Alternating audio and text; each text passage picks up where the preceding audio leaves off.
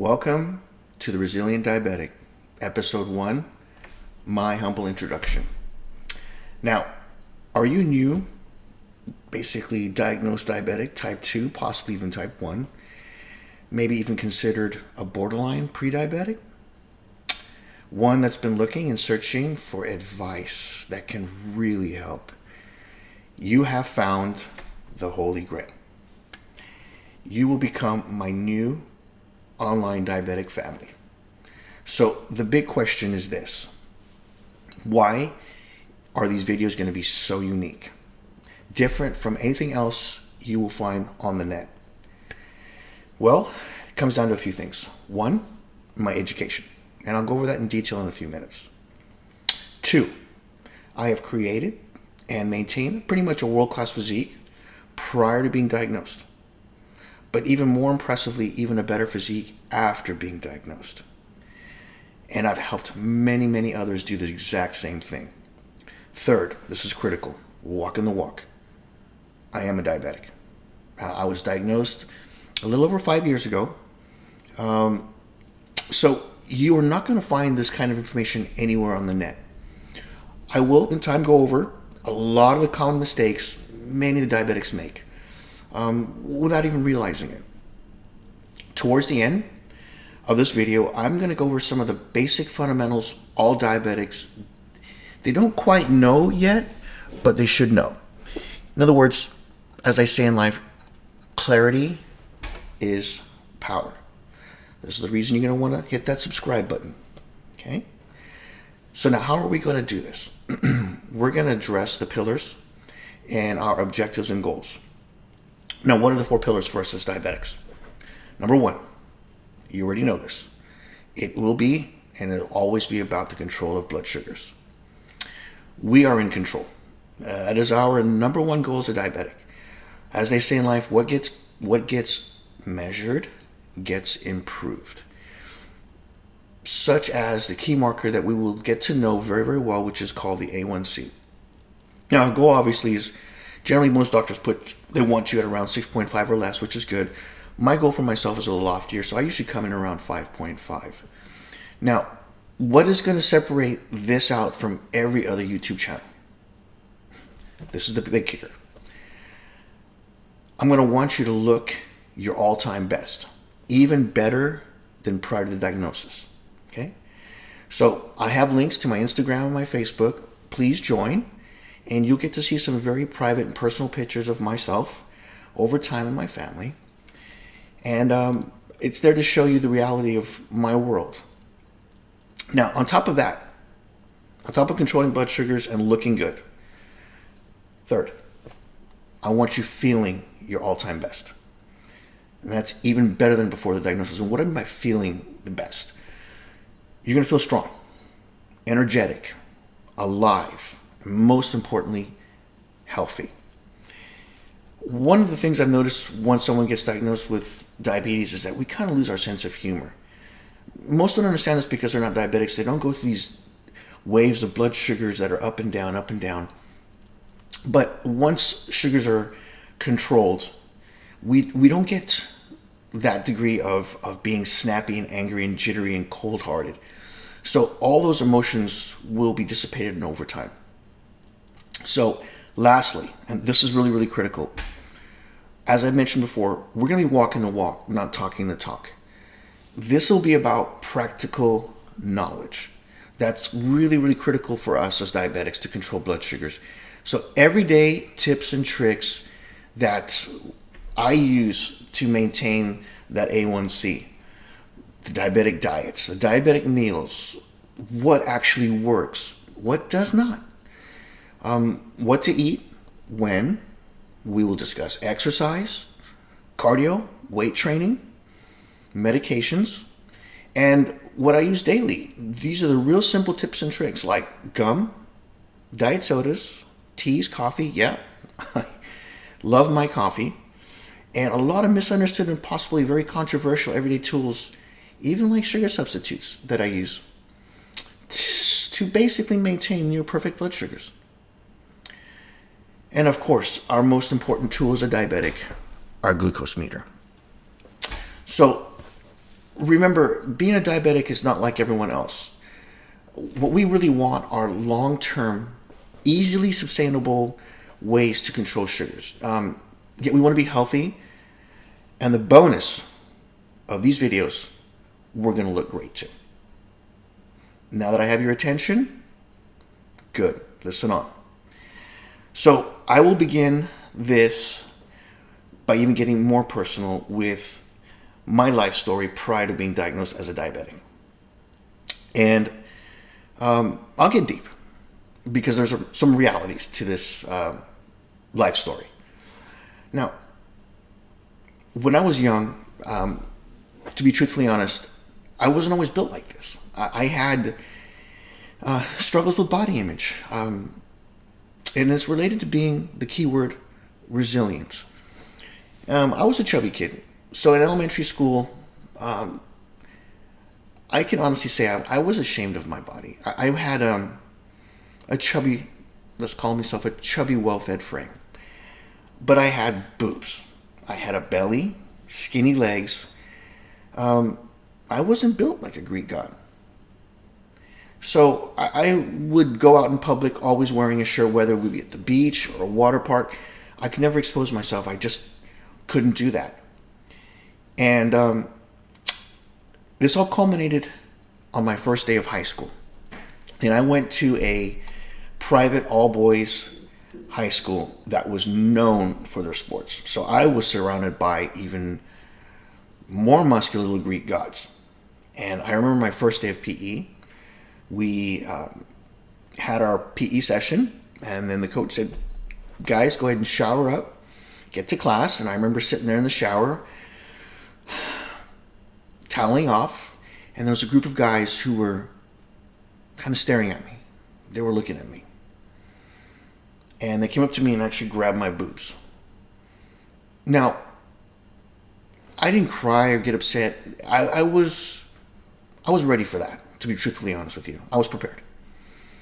And that group of guys that came over and made fun of me ended up turning out to be some of my best friends in high school. So even though I had a body that wasn't built like God, I was still very athletic and had a great sense of humor, and I was well-rounded. So that offset a lot of things for me. And I remember thinking that day in high school when those kids came up to me, give me 10, 15, 20, 30 years, and you will not recognize me. I promise you on that. I knew instinctively, even back then as a freshman in high school, that tough times don't last forever, but tough people do.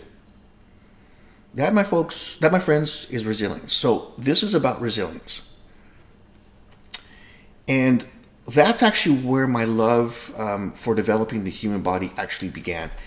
And I knew if I had the right tools and the right information, I could morph. I could change. That all began, obviously, with a very close friend of mine. His name was Jeffrey. I would start training with his dad. And then after that, I got myself a little home gym. And after that, I ended up joining my first real gym.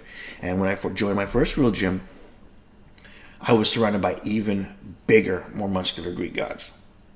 But I learned a lot. And they took me in as family.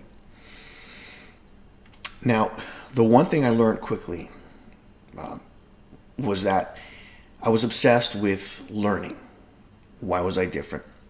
And I read every single bodybuilding magazine you could ever imagine. Every diet, every routine. I was scammed by numerous amounts of supplements. I got taken by all of them. What I came to realize was that diet, for me, was about 80% of the equation. Exercise was 20%. Everything kind of started with the diet. That's where I began to change. So that leads me critically to my education. So I ended up, when going to university, I began as an engineering major. But I really could care less which way a piece of metal was going to bend. I was still hyper-focused in on the human body. And from how food was broken apart, absorbed, utilized, excreted, kind of the biochemistry of it all. I wanted to know why I was different, why I didn't look like everybody else. So I changed my Bachelor of Science from engineering to nutrition dietetics.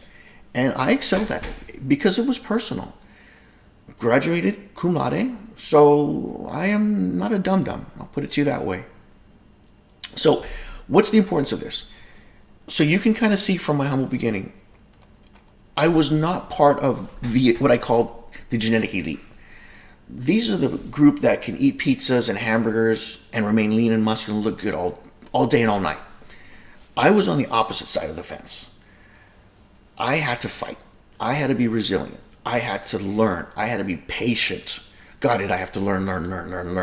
I had to train harder and smarter than everybody else. What I've come to know and realize over time is that the advice given to me from those genetic elites is some of the worst advice I've ever had. And this is why the educational background is so important. This is critical to understand. We as diabetics are going to be taken advantage of. Why? It's $1 billion industry. It's built around the medications that we do need, all the way to the unnecessary supplements that are pushed upon us. I found out very, very early that there is a large hidden war, I'll call it a war, between the drug manufacturers and the industries opposing them for your dollar. Both calling each other the evil empire, the evil one. Why? Because they're fighting for you. And furthermore, when you go on the internet and you're looking at YouTube videos, everyone claims to be an expert. And they're not. You, my dear friends, are surrounded by what I call wolves in sheep's clothing. So when I search the net on information regarding to diabetes, I can honestly really see, and almost immediately, horse manure, excuse the French, packaged in a really pretty box. You know, you just got to go through them and see all these videos that promote a cure by consuming this mineral or that supplement. It gets utterly disgusting. And I want to present a very, very important fact that I need to bring out immediately. Once you're diagnosed as a diabetic, there are no cures. What there is control. Understand the difference. It's critical. Okay? Next stage, my pre-diabetic signs. What happened? Well, about a year before my son was born, I could sense that my body was beginning to rebel on me. I was still, eating and exercising regularly and in really good shape. But right around when he was about 6 or 7 months of age, I knew something was terribly wrong. The signs were, which you may be familiar with too. I was losing weight, always thirsty, lightheaded. So one day I ended up deciding to check into urgent care. The nurse took my blood sugar readings, my first time I'd had pricked my fingers with a little glucose meter. And the readings came in at over 300. Yes. She looked at me and said, "You, my friend, are a diabetic, a newly diagnosed diabetic." So I thought to myself, how is this possible? I eat right, I exercise, I don't smoke or drink. Look at me, this can't be possible. So it hit me hard for a day. Went home from urgent care and I sat down with the family and I told everybody. But it was time to take this curse and actually turn it into a blessing. Now, even with my educational background, I, just like you, I felt overwhelmed. I was scared. Not only for my health, because I understood ramifications of being diabetic, but I had a family to feed. And even after graduation, I ended up starting, or actually taking over, a retail business that I do own. I work 7 days a week. I have 20 employees that rely upon me to put food on the table for their families too. It's a lot of pressure. So with a new family, a new son, you know what? Let me rewind a little bit. Speaking of my son. On a side note, what is my favorite part of the day? Well, when I get home from work, we usually sit down and have dinner as a family. And that's where I get a chance to ask Thomas, my 5-year-old son who's in kindergarten, what did he learn? And his favorite thing to do is to start off with his jokes. Yes, he's got a sense of humor. And the other day he told me one that I thought was hilarious and related to all of us. And this was his joke. Why did the vampire bite the diabetic? Because it had a sweet tooth. Now, you are going to also want to join my social media accounts, my Facebook and my Instagram. And here's why. I will be doing live feeds from restaurants where we'll go out to dinner as a family. You'll meet the family. We'll be going to different ones. Lebanese, American, Mexican, I mean, you name it, Italian. I'm going to show you live what I choose to eat based on the menu I have in front of me. Okay, so that's going to be an added bonus. And on top of that, I'll get Thomas to tell one of his jokes to you too. All right, so, okay, back to what we were discussing. So you can see that obviously diabetes is composed of many, many different types. From those of us that are borderline overweight with resistance issues, and we'll discuss what that is, to those of normal weight that over time are producing less and less insulin. With my background, I've even come across professional athletes who are diabetic. And we will discuss those differences over time, including the course of action. And when I was first diagnosed, my first course of action was metformin, and it was a tremendous change immediately to my blood sugars. So that worked very, very well for me, but it wasn't enough. Obviously, I am also insulin dependent too. So the one thing as diabetics, different kinds of diabetics, we all have in common is the need to control blood sugars. It is our number one priority.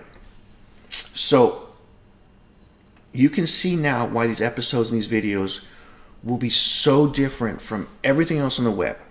Again, you're going to want to subscribe. My set goal for you are the same for me. And I'll repeat them again. The control of blood sugars. We're going to look our all-time best. We're going to feel our all-time best, even better before the diagnosis. Fourth, our health markers. They're going to change. That I promise you. They will be improved. They will be awe-inspiring. You'll be working with your doctors on everything. And your doctors are going to be very, very happy. I promise you on that. So we are not about these really short-term fixes or quack diets. Any diet can work for 3 or 4 weeks. This is about kind of like the long-term solutions, the tips and tricks I use to not only control our blood sugars, but to look and feel great too. So, stay tuned for the very first episode, or the very second episode, which will be called the Energy Balance Equation. In the beginning of the video, I mentioned some basic fundamentals all diabetics don't quite comprehend. And as a diabetic, or anyone looking to control blood sugars and lose weight, this energy equation is a must-know and understanding. It's kind of how all things work. It's so basic and primal, it's like gravity. Diabetics need to understand how the body manages energy. That is what's so unique about us, is that it's not only how the body manages energy, but how it utilizes the excess. Okay? We as diabetics, we can't be part of a generation obsessed with information. It'll be about the results, the outcomes that really, really matter. And once you understand the energy balance equation, and this is critical, you'll be able to make your very big first steps in both weight control, blood sugar control, and how you feel. But not only that, but you'll be able to eliminate 98% of those scams, noises, kind of misdirections that you're going to find on the web. So the first thing you're going to learn as a diabetic is everyone is going to want to take advantage of you. We are easy targets, desperate at times, vulnerable, and those out in the world know many people are looking for those quick fixes. For example, apple cider and lemon water can cure diabetes. Really? That ends today. Not on my watch. You can look at this diagnosis now as a blessing, no longer a curse. And over time, I'm going to get to want to know you very personally. Hit the alerts, folks, please. The notification button, so that when my second episode, the energy balance equation comes out, you get to watch it. You're going to want to subscribe. And if you like what you've heard today, please hit the like button.